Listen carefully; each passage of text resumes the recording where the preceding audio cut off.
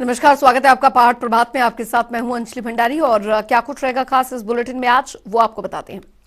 नतीजों से पहले कांग्रेस बीजेपी दोनों पार्टियां कर रही हैं सरकार बनाने के दावे। सीएम जयराम का कांग्रेस पर बड़ा हमला, कहा उखड़ेंगे ईवीएम के बाहर लगे कांग्रेस के तंबू। इस खबर पर लेंगे कांग्रेस नेताओं की प्रतिक्रिया। बद्दी में नकली दवाइयों पर हाईकोर्ट सख्त, चीफ सेक्रेटरी समेत 7 को बनाया प्रतिवादी। इस खबर को दिखाएंगे विस्तार से। शिमला में रविवार को अब नहीं लगेगा बाजार, नगर निगम ने जारी किया आदेश। निगम के आदेश का रेहड़ी पटरी वालों पर असर, इस पर रहेगी पूरी नजर।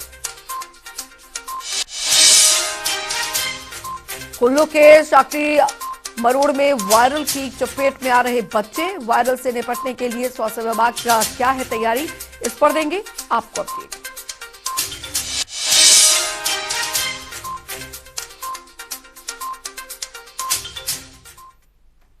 तो हिमाचल विधानसभा चुनाव के नतीजों से पहले धर्मशाला में बीजेपी ने अहम बैठक की। बैठक में मुख्यमंत्री जयराम ठाकुर, प्रदेश अध्यक्ष सुरेश कश्यप, संगठन मंत्री, चुनाव प्रभारी समेत 68 विधानसभा क्षेत्रों के बीजेपी प्रत्याशी मौजूद रहे। बैठक में सीएम जयराम ठाकुर ने सभी उम्मीदवारों से विधानसभा क्षेत्रों में चुनाव के दौरान बीजेपी को लेकर जनता के बीच माहौल से संबंधित फीडबैक लिया। बैठक में बीजेपी ने हार जीत समेत तमाम पहलुओं पर चर्चा की। समीक्षा बैठक है और इसमें हमारा जो शीर्ष नेतृत्व हमारे प्रभारी हैं, चुनाव प्रभारी हैं, चुनाव सह प्रभारी हैं, हिमाचल प्रदेश के प्रभारी, सह प्रभारी, हमारे मुख्यमंत्री, संगठन मंत्री और हमारे जो 68 के 68 विधानसभा क्षेत्रों से हमारे जो भी विधायक कैंडिडेट्स हैं, ये लोग इस बैठक में उपस्थित रहने वाले हैं। और किस प्रकार से हमने चुनाव को लड़ा है और किस प्रकार से हम जीत की ओर अग्रसर हो रहे हैं, उसको लेकर हम यहाँ पर समीक्षा कर रहे हैं। भारतीय जनता पार्टी पूर्ण रूप से आश्वस्त है, हम सरकार बनाएंगे और बड़े अच्छे मार्जिन से सरकार बनाएंगे। विधानसभा के चुनाव के पश्चात पहली बार सब पार्टी के साथियों के साथ बैठना हो पा रहा है और मुझे इस बात की खुशी है कि सभी पार्टी के नेताओं ने, पार्टी के कार्यकर्ताओं ने बहुत बेहतर ढंग से इस चुनाव में काम किया है। और आज हम काउंटिंग से 4 दिन पहले यहाँ पर एकत्रित होकर के थोड़ा चर्चा करेंगे आगामी योजना, और उसके साथ साथ में हमारी काउंटिंग से रिलेटेड कुछ बातों का ध्यान रखने की जो चीज़ें हैं उनको बारे में बातचीत करेंगे। और हिमाचल की जनता के मैं धन्यवाद करना चाहूँगा कि इस बार बहुत अच्छा उन्होंने इस चुनाव में, चाहे वो कैंपेन का दौर रहा, चाहे वो पोलिंग का दौर रहा, बहुत एक्टिव होकर के उन्होंने पार्टिसिपेट किया और रिकॉर्ड वोटिंग इस बार हुई है। उधर बद्दी में नकली दवाइयों के मामले पर हाईकोर्ट ने एक्शन लिया है। बद्दी में आपको बता दें कि मिली करोड़ों के दवाइयों पर हाईकोर्ट के चीफ सेक्रेटरी समेत 7 को अधिकारियों को प्रतिवादी घोषित किया है। मामले की अगली सुनवाई सोमवार को होगी और वहीं ड्रग विभाग नकली दवाइयों को लेकर लगातार कार्रवाई कर रहा है। 7-8 मल्टीनेशनल हैं जिनकी दवाइयाँ पकड़ी गई हैं, जहां आज हमने वो जगह पे रेड कर रहे हैं जहां की ये जो मोहित बंसल है, ये दवाइयों की पैकिंग वगैरह भी करता था। तो सारी मशीनें जो हैं ये हमने देख ली हैं सारी की सारी, और इसकी सीलिंग प्रोसेस चल रही है। यहाँ हमें कुछ स्टॉक भी मिला है, स्क्रैप भी मिला है और पैकिंग मटेरियल भी मिला है। बड़ी सारी इन्वेस्टिगेशंस और करनी है, हो सकता है कहीं और भी इन लोगों के तार जुड़े हो। उधर आपको बता दें कि नालागढ़ के क्षेत्र राम शहर में दरअसल डिग्री कॉलेज के निर्माण केवल कागजों में हुआ है।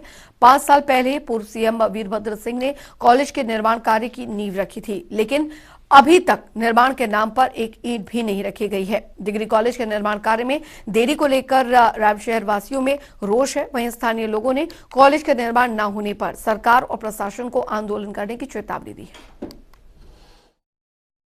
टीचर्स नहीं है यहाँ पे, लड़कियाँ और लड़के काफ़ी दूर दूर से पढ़ने के लिए आते हैं, पर फिलहाल यहाँ पे कोई भी क्लासेस नहीं लग रही क्योंकि हमारे कॉलेज से टीचर्स की ड्यूटी डेप्यूटेशन खरूड़ी कॉलेज में लगा दी गई है और यहाँ पर हमारे एक भी क्लासेस नहीं लगती, तो हमारे कुछ भी सीखने को नहीं मिलता। हमारे दिन ऐसे ही वेस्ट जा रहे सारे। यहाँ पे लड़कियाँ दूर दूर से पढ़ने के लिए आती है और हमारे यहाँ पर टीचर ना होने की वजह से उनकी डेप्यूटेशन पे लगाई गई है ड्यूटी, इसलिए स्कूल में प्रोफेसर की कमी हो गई है और हमारे जिससे कि लड़कियों की पढ़ाई प्रभावित हो रही है और लड़कियां दूर दूर से पढ़ने के लिए पैदल आती है और यह पहाड़ी क्षेत्र है, इसलिए हमारी सरकार से या विभाग से यही मांग है कि हमारे प्रोफेसर को वापस किसी कॉलेज में रखा जाए और जहाँ नया कॉलेज है वहाँ पे दूसरा स्टाफ की प्रोविजन किया जाए। उधर रामपुर बुशहर में अंतर्राष्ट्रीय लवी मेले का आयोजन किया जा रहा है, जहां हिमाचली संस्कृति के पारंपरिक परिधानों की धूम है। दूर दराज से लोग वस्त्रों को खरीदने के लिए पहुंच रहे हैं। हमारी खास रिपोर्ट में देखिए लवी मेले की अनदेखी। चंद्र सिंह ने क्या कुछ कहा, सुनिए। एक वस्त्र को बनाने में कम से कम 1.5 महीना लगता है। ये हमारा 16,000 का है। इससे महंगा भी था हमारे पास 25,000 का, जो बिक चुका है अभी। और हम ये ऊनी वस्त्र सर्दियों में तैयार करते हैं और गर्मियों में तैयार करके पट्टी बूंद बांध के हम लवी में लाते हैं ताकि हमारा सांस्कृतिक कायम रहे। वहीं ऊनी वस्त्रों के कारोबार से जुड़े रविंद्र नेगी कहते हैं कि अपनी कारीगरी और बेहतरीन डिजाइन के चलते शॉल की लागत ज्यादा आती है, जिससे शॉल और मफलर की कीमत बढ़ जाती है। इसका प्राइस 25,000 से लेके 30,000 तक है। इसका प्राइस इसलिए महंगा होता है, ये जो कारीगरी है, बारीक कारीगरी आम कारीगर के बस में नहीं होता है। जो प्रोफेशनली, जो बिल्कुल आपका जो परफेक्ट कारीगर होते हैं, वही इन चीज़ों को बना पाते हैं। किन्नौर निवासी यशु नेगी को किन्नौर डिजाइन के लिए 2008 में स्टेट अवार्ड भी मिल चुका है। किन्नौर डिजाइन की कारीगरी को लेकर यशु नेगी ने क्या कुछ कहा, सुनिए। मतलब इसमें ये जो डिज़ाइन बनाते हैं हम, बहुत बारीकी से होता है, जैसे हर एक एक धागा अलग अलग लगाना पड़ता है, इसीलिए इसका कॉस्ट बहुत ज़्यादा जाता है। जितना हम काम करेंगे उतना ही रेट होता है इसका, जितना ज़्यादा डिज़ाइन बनाएंगे। पहाड़ी प्रदेश लवी मेला लोगों की कारीगरी को बेहतर मुकाम देने का एक बेहतर विकल्प बनकर उभरा है। इस तरह के मेले को सरकारी स्तर पर आयोजित कराकर हिमाचली परिधानों की देश विदेश में विशेष पहचान स्थापित की जा रही है। बेहतर तो ये होगा कि लवी मेला को धर्मशाला के साथ साथ दूसरे राज्यों को आयोजित कराने के लिए एक व्यापक कार्य योजना बनाई जाए, जिससे कि देश के हर कोने कोने में हिमाचली संस्कृति की धूम दिखाई दे। विशेष नेगी, जनता टीवी। तो हिमाचल प्रदेश में पर्यटन पर निर्भर कारोबारी पटरी पर लौटने लगे हैं। आपको बता दें कि दरअसल अब दिसंबर महीने के पहले वीकेंड पर पहाड़ों की रानी शिमला पर्यटकों से गुलजार हो गई है। शिमला के होटलों में ऑक्यूपेंसी भी 70% से ज्यादा हो गई है। देखिए रिपोर्ट। हिमाचल में बर्फबारी का लुत्फ उठाने के लिए मैदानी राज्यों से पर्यटक देवभूमि का रुख कर रहे हैं। दिसंबर महीने की शुरुआत से प्रदेश में सैलानियों की संख्या बढ़ने लगी है। वहीं पर्यटन पर निर्भर रहने वाले कारोबारियों में भी खुशी की लहर है। नवंबर महीने तक 1 करोड़ 40 लाख पर्यटक हिमाचल आ चुके हैं और दिसंबर महीने में भी बर्फबारी बढ़ने के साथ साथ सैलानियों की भारी संख्या में पहुंचने की उम्मीद है। कोरोना काल के बाद पर्यटक पहली बार इतनी संख्या में हिमाचल पहुंच रहे हैं। राजधानी शिमला में होटलों की बुकिंग 70% के पार जा पहुंची है। नगर निगम भी बढ़ती सैलानियों की संख्या को लेकर तैयारियों में जुटा है। दिसंबर माह जो है वो पर्यटन क्षेत्र के लिए बहुत अच्छा रहता है, क्योंकि तो विंटर सीजन होता है, बर्फबारी का इसमें जो है इम्कान रहता है, तो बहुत सारा टूरिस्ट जो है यहाँ पर आता है। तो जो प्री कोविड ईयर्स के हमारे आंकड़े थे 1 करोड़ 70 लाख के करीब के, उस आंकड़े के आसपास जो है इस वर्ष हम अवश्य टच करेंगे। और इसमें जो हमने काफ़ी एग्रेसिव मार्केटिंग की है, पब्लिसिटी की है टूरिज्म सेक्टर की। पूरे देश में जो है हमने एक आंकलन किया था कि किस स्टेट से जो है कम टूरिस्ट आते हैं। उन प्रदेशों में जो है हमने उनकी वर्नैक्युलर जो लैंग्वेज है उसमें प्रिंट और डिजिटल मीडिया में जो है एडवर्टाइजिंग की है। तो ये फुटफॉल जो है उन प्रदेशों से भी जो है काफ़ी अच्छा हमारे प्रदेश में रहा है। और ऑन दी होल अगर मैं बात करूं तो पर्यटन क्षेत्र के लिए जो है बहुत ही अच्छा ये वर्ष। दिसंबर महीने की शुरुआत से पहाड़ों की रानी शिमला में सैलानियों की संख्या बढ़ने लगी है। पड़ोसी राज्यों से लोग शिमला आ रहे हैं। शिमला के होटलों में ऑक्यूपेंसी भी 70% के पार जा पहुंची है।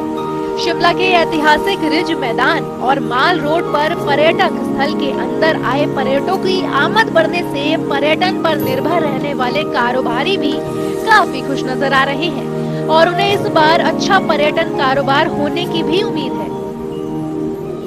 एक सबसे बड़ी बात है कि क्योंकि हमारे जो पड़ोसी राज्य हैं वहाँ से ज़्यादा पर्यटक इस समय आते हैं, जैसे हरियाणा, पंजाब हो गया और इवन दिल्ली हो गया, उत्तराखंड हो गया, तो वो लोग जो हैं वो सोचते हैं कि हम बहुत नज़दीक हैं, तो just like locals they don't come with the booking, तो वो एकदम से जो है वो फ्लो बढ़ता है अराउंड क्रिसमस। पर जो जहाँ तक ऑनलाइन बुकिंग्स का सवाल है वो अभी तक बहुत कम है। मैं नहीं समझता 20 से 25% से ज़्यादा अभी तक बुकिंग आ चुकी है। अलबत्ता जो बड़े होटल्स हैं जिनका इंटरनेशनल सिस्टम है, बुकिंग सिस्टम है, या उनके कॉर्पोरेट ऑफिसेज हैं वहाँ पर, या बुकिंग ऑफिसेज हैं, जैसे हम HPTDC की बात करें, हम ओबराइज की बात करें, रेडिसन की बात करें, तो उनका सारा ग्लोबली सिस्टम है, तो वो डेफिनेटली उनको जो मैं समझता हूँ कि ज़्यादा ऑक्यूपेंसी कहीं ज़्यादा बुकिंग आई हो सकती है। हम बठिंडा पंजाब से हैं, बहुत फ़र्क है, बहुत अच्छी पीसफुल जगह है, बहुत मज़ा आ रहा है। मैं तो फर्स्ट टाइम आई हूँ, इतना एंजॉय कर रही हूँ, इतनी अच्छी खाने की चीज़ें भी हैं, बहुत मतलब अच्छा व्यू है, बहुत मज़ा आया मेरे को, शांति मिलती है, मन को शांति मिली, व्यूज़ अच्छे हैं, साथ में ठीक अच्छा लगता है देख के, बहुत अच्छा लगता है। नारकंडा वगैरह जाएंगे हम यहाँ पे, जैसे ये चर्च है, चर्च भी गए, बहुत अच्छा लगा यहाँ पे भी। अब अगली बार अब आने वाले कल हम जाखू टेम्पल है वहाँ पे भी जाएंगे, तो बहुत अच्छा लगा, बहुत ही मजा पे लगा। हिमाचल में पर्यटन बढ़ने से सैलानियों के साथ साथ कारोबारियों के चेहरे भी गुलजार हैं। कोरोना काल के बाद सैलानी शिमला की वादियों का मजा ले पा रहे हैं। सैलानियों की संख्या बढ़ने से पर्यटन क्षेत्र में सुधार देखने को मिल रहा है। शिमला से जनता टीवी के लिए विकास शर्मा की रिपोर्ट। और चलिए अब रुख करेंगे 12 जिले 12 खबरों की ओर।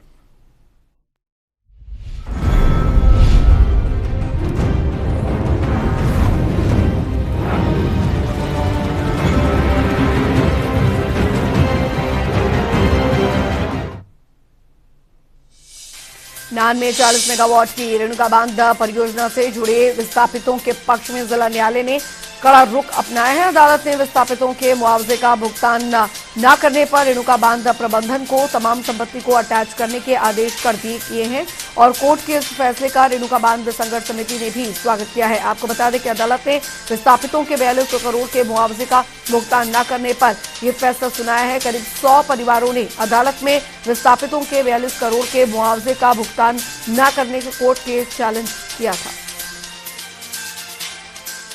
होने वाले परिवारों को उसका मुआवजा दिलाया जाए, तो ये बहुत ही सराहनीय फैसला है। जैसा कि संघर्ष समिति लगातार प्रयासरत है और आगे भी प्रयासरत रहेगी। जब तक विस्थापितों को न्याय नहीं मिल जाता, संघर्ष समिति लगातार प्रयासरत रहेगी। चाहे उसके लिए संघर्ष समिति को किसी भी हद तक जाना पड़ेगा, उसमें संघर्ष समिति गुरेज नहीं करेगी।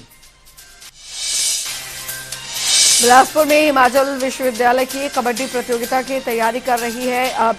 पलूर इंडोर स्टेडियम में कबड्डी का प्रशिक्षण शिविर चल रहा है, जहां टीम के 12 खिलाड़ियों को कोच प्रमोद थाक्या से प्रशिक्षण ले रहे हैं। आपको बता दें कि आगामी 7 दिसंबर से 11 दिसंबर तक रोहतक में आयोजित होने वाली प्रतियोगिताओं में हिमाचल विश्वविद्यालय की टीम हिस्सा लेगी।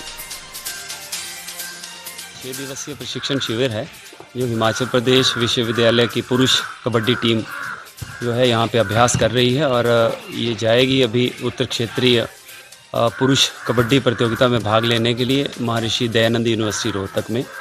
तो ये जो प्रशिक्षण शिविर है इसके आयोजन की जिम्मेवारी बिलासपुर महाविद्यालय को दी गई थी हिमाचल प्रदेश विश्वविद्यालय के खेल विभाग की तरफ से। 4 तारीख तक ये प्रशिक्षण शिविर चलेगा। 5 को टीम जो है इस प्रतियोगिता में भाग लेने के लिए रवाना हो जाएगी। नान में आयोजित राज्य स्तरीय कार्यक्रम का समापन हो गया है। साहित्यकार यशपाल की जयंती 2 दिवसीय कार्यक्रम का आयोजन किया गया और कार्यक्रम के अंतिम दिन कहानी पाठ का आयोजन किया गया था। भाषा एवं संस्कृति विभाग के संयुक्त निदेशक अलका कैथला ने बताया कि यहां प्रदेश भर से 25 कहानीकारों ने हिस्सा लिया और अपनी कहानियां पढ़ी। पंचायत के सभागार में कहानी पाठ और परिचर्चा का आयोजन करवा रहे हैं, जिसमें प्रदेश से लगभग 25 कहानीकार भाग ले रहे हैं और 2 कहानियां यहां पढ़ी गई। श्री सुदर्शन ऋषि जी की येती और श्री कृष्णचंद्र महादेव जी की कहानी खुशियां लौट आई। इस पर प्रदेश भर से आए कथाकारों ने परिचर्चा में भाग लिया। शिमला में ब्रिटिश काल के समय का रिवोली सिनेमा हॉल का भवन अब टूटने जा रहा है। नगर निगम ने भवन को तोड़ने की अनुमति दे दी है। आपको बता दें कि यह भवन अब पूरी तरह असुरक्षित हो चुका है, इसीलिए इस भवन को प्रशासन अब जमींदोज करेगा। रिवोली सिनेमा हॉल का भवन अंग्रेजों के समय का बना हुआ है और यहाँ पर 1925 में मुर्गी खाना हुआ करता था और लेकिन 1930 में दिल्ली के एक व्यापारी वजीर प्रसाद ने इसे खरीदकर यहाँ थिएटर की शुरुआत की थी। अब तो खैर सभी चले गए यहाँ से, जब थिएटर बंद हो गया अपनी रोजी रोटी के लिए घर चले गए। नहीं, इसके टूटने से तो बहुत ही ज्यादा दुख रहा है कि चहल पहल ही सारी खत्म है। इसके भी टूटने से और एक इसके साथ में सूरजंजर हुआ करता था वो भी टूट गया। तो इस रोड की जो है ना, इस साइड की जो है ना, सारी रोड खत्म हो चुकी है। ये रिवोली सिनेमा जो बिल्डिंग है 1925 और 30 के दरमियान में यहाँ पर एक मुर्गी खाना हुआ करता था। 1930 के 40 के आसपास दिल्ली के सेठ बद्री प्रसाद ने इसको लीज पे ले लिया था, इस बिल्डिंग को राजा नाहन से, और उसके बाद इसमें सिनेमा हॉल खोल दिया था। तब से सिनेमा हॉल ही चल रहा था और इसके 2010 में इसके बंद होने तक इन्हीं का परिवार सिनेमा का संचालन कर रहा था। ये थिएटर ही थे एक मेन, ये मैं पिक्चर वगैरह देखते थे हम लोग सब। मैं तो 80 से जानता हूँ जिसको। भीड़ भाड़ बहुत अच्छी होती थी, यहाँ 3-4 दुकानें होती थी और कोई दुकानें नहीं आती। हम लोग तो यहाँ जब बैठते थे 80 से मैंने स्टार्ट किया यहाँ बैठना। ठीक है, बहुत अच्छा रहा था। यहाँ तो भीड़ ही भीड़ होती थी, हमारे लोगों का कारोबार इसके जरिए चलता था यहाँ।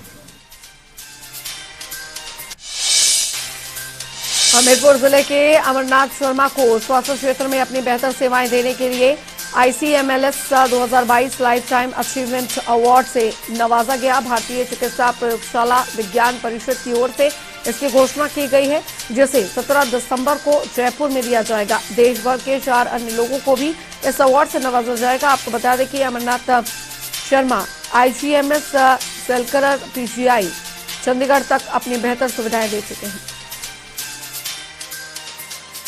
जैसे मैंने बताया कि मैं तो एक डेथ के ऊपर गया हुआ था, तो पिछले दिन मांगे होंगे और वो मैंने देखा नहीं व्हाट्सअप, और 7:30 बजे मुझे फ़ोन आया कि आप अपने बायोडाटा भेजो। तो मेरे पास यहाँ रात को ना टाइप करने के लिए भी कुछ नहीं था और ये सब कुछ हाथ से लिख करके ही उनको फॉरवर्ड किया। अवार्ड कब मिलेगा और कौन देगा? 17 तारीख को मिलेगा और जो भी चीफ गेस्ट होगा वहाँ पर वो देंगे। उधर दिव्यांग बच्चे से HRTC की एक बस में किराया लेने का मामला तूल पकड़ता जा रहा है। शिकायत के बावजूद मामले में कार्रवाई न होने से दिव्यांगता समीक्षा समिति ने सवाल उठाए हैं। HRTC नाहन डिपो की बस में त्रिलोकपुर से नाहन आ रही आस्था स्कूल में पढ़ने वाली दिव्यांग बच्ची है और उसके परिजनों ने से HRTC में कार्यरत कर्मचारी पर दुर्व्यवहार और बच्ची का पूरा किराया वसूलने के आरोप लगे थे। इस मामले को लेकर DC सिरमौर और HRTC के RM को शिकायत भी सौंपी गई थी, जिसमें कर्मचारी के खिलाफ कार्रवाई की मांग की गई थी, मगर अभी तक मामले में कोई कार्रवाई नहीं हुई। आस्था वेलफेयर स्कूल की एक लड़की के साथ काफ़ी बदसलूकी की और उसका UDID कार्ड होने के बावजूद भी उन्होंने टिकट काटा।